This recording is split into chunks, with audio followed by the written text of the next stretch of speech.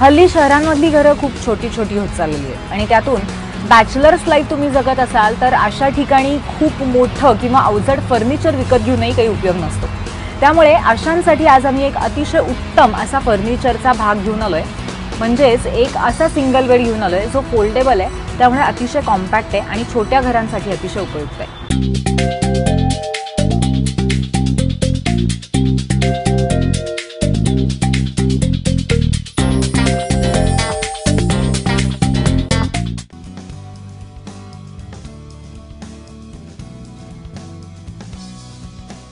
मोठमोठ्या शहरांमध्ये घरांची संख्या अगदी छोटी छोटी होत जाते आणि या घरांमध्ये सर्वाइव्ह करताना आपल्याला बरेच प्रॉब्लेम्स येत असतात।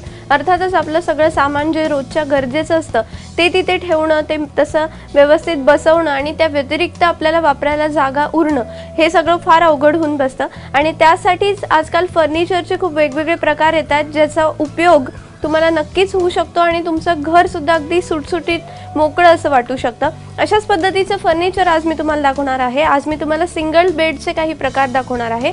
आता मी आहे हिडन बेड, हा जो इंटरनॅशनल ब्रँड आहे त्यांच्या वुडवेअर नावाचा एक वर्कशॉप आहे, तिथे मी आहे। इथे यांचे सगळे प्रोडक्ट्स मॅन्युफॅक्चर केले जातात आणि त्यांच्या या वर्कशॉपमध्ये मी आता आहे। इथे माझ्या मागे तुम्हाला हे दोन असे पॅनल्स दिसतील, हे वुडन पॅनल्स आहेत।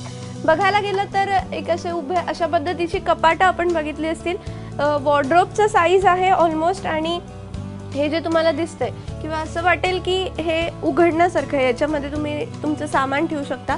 मात्र तुम्हाला आश्चर्य वाटेल, हे काही सामान ठेवण्याची जागा नाही तर हा बेड आहे। तो कसा ओपन होतो आता बघूयात। इथे हा असा एक संपूर्ण उभा असा पॅनल आहे आणि याच्या इथे तुम्हाला ही एक असा फ्लॅप दिसेल। हा फ्लॅप मी ओढतीये, हे बघा, हा फ्लॅप मी ओढला आणि इथे हा फिट केला आणि त्यानंतर मी आता इथे धरलाय आणि हा असा ठेवला। अशा पद्धतीचा हा एक सिंगल बेड आपल्याला समोर दिसतोय। हा जो फ्लॅप मी ओपन केला होता तो याचा एक इकडच्या साईडने याला सपोर्ट म्हणून पाय म्हणतो आपण त्याला बेडचा, तो इथे असा तयार झालेला आहे आणि इथे मॅट्रेस टाकून सुद्धा हे पूर्ण अशा पद्धतीने तुम्ही पॅक करू शकता।